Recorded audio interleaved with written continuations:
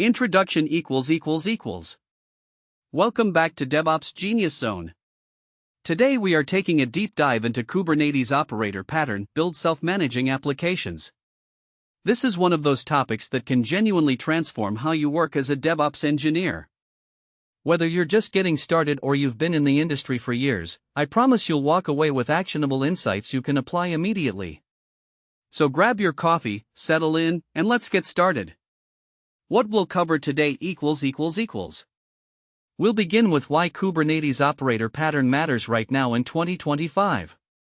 Then we'll break down the core concepts in simple terms.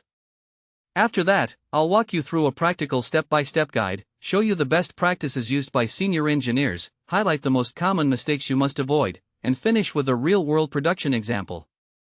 This is going to be a comprehensive guide, so stay with me. Why Kubernetes operator pattern matters in 2025 ===. Kubernetes automates deployment, scaling, and management of containerized applications. It is the industry standard for running cloud-native workloads at scale. The demand for engineers who understand Kubernetes operator pattern has skyrocketed. Companies are actively searching for people who can implement this correctly, and salaries reflect that. In a recent survey, DevOps roles requiring Kubernetes operator pattern expertise paid 15 to 20% more than generalist positions. If you're not already comfortable with this, now is the time to invest in learning it deeply. Core concepts explained ===. At its heart, Kubernetes operator pattern exists to solve one fundamental problem: how do we make software delivery faster, more reliable, and repeatable at scale? Without it, teams rely on manual steps, email approvals, and tribal knowledge, all of which break down as systems grow. The key mental model is declarative versus imperative. Instead of telling your system, do this, then that, then check that, you declare the desired end state and let the tooling figure out the steps. This approach is more robust, easier to audit, and scales effortlessly. Another crucial concept is idempotency. Running the same operation multiple times should produce the same result. This is what makes automation trustworthy. You can run your pipeline 100 times and get a consistent outcome every single time. How it works under the hood ===. When you interact with Kubernetes operator pattern in a real environment, there is typically a control plane that receives your instructions, compares the current state with the desired state, and calculates the difference. It then executes the necessary actions to close that gap. This reconciliation loop runs continuously, meaning any drift from the desired state is automatically corrected. Understanding this loop is the secret to debugging. When something goes wrong, you ask, what is the desired state? What is the current state? Why are they different? That simple mental framework will help you diagnose issues faster than any checklist.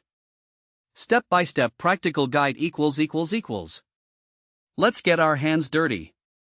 First, make sure you have the prerequisites installed. You'll need a working environment with the necessary tools. I'll assume you're on a Linux or macOS terminal, but everything also works on Windows with WSL. Open your terminal and let's start with a basic setup. Run the following commands to install the core tooling. Pause the video if you need to copy these. Imagine we show commands here. Create a new project directory and initialize your configuration files. The most common beginner mistake is skipping version control. Initialize a Git repository immediately. Every change you make should be tracked. Now let's write a minimal working example. The goal is to get something running end-to-end as quickly as possible. Once that works, you can iterate and add complexity. I'll explain each line of the configuration so you understand exactly what it does. Best practices from senior engineers ===. Practice number 1, the principle of least privilege. Always grant the minimum permissions required for a task. Never use admin credentials for routine operations. This limits the blast radius if something goes wrong. Practice number 2, make changes small and frequent. Small changes are easier to test, easier to review, easier to roll back. Large, infrequent releases are a recipe for disaster. Practice number 3, automate everything you do more than twice. If you find yourself running the same commands repeatedly, write a script. If you run that script repeatedly, Put it in your CI/CD pipeline. Your time is too valuable for repetitive work. Practice number 4, document the why, not just the what. Your configuration files show what you did. Comments should explain why you made a specific choice. That context is invisible to anyone reading the code 6 months later. Practice number 5, monitor your automation, not just your applications. Your deployment pipeline, your infrastructure provisioning, your secret rotation all need alerting. Silent failures in automation are the most dangerous kind. Common mistakes and how to avoid them equals. Mistake 1, jumping into configuration without a plan. 5 minutes of design saves 5 hours of undoing bad decisions. Write down what you want to achieve before you touch any tool. Mistake 2, ignoring security from the start. Secrets hard-coded in config files, overly permissive access controls, unvalidated inputs, these create vulnerabilities that are painful to fix later. Build security in from day 1. Mistake 3, not handling failures gracefully. Every step in your automation should handle the case where it fails. What if the network is down? What if a resource already exists? Plan for failure. Mistake 4, over-engineering too early. The urge to build the perfect system before you know your requirements leads to complexity that slows you down. Start simple and iterate based on real needs. Mistake 5, not testing your automation. Your infrastructure code needs tests just like application code. If you can't test it, you can't trust it in production. Real-world production example equals. Let me share a concrete example from a company I worked with. They had 10 microservices running on Kubernetes. Deployments took 3 hours of manual work every week. Environments were inconsistent between development and production. Incident resolution was slow because nobody knew which change caused the problem. After implementing Kubernetes operator pattern properly, following the practices we just discussed, deployments became fully automated and took under 10 minutes. Environment drift disappeared because everything was defined as code. Incident resolution time dropped by over 60% because every change was tracked and auditable. The business impact was even more impressive. The team went from spending 40% of their time on operations to less than 5%.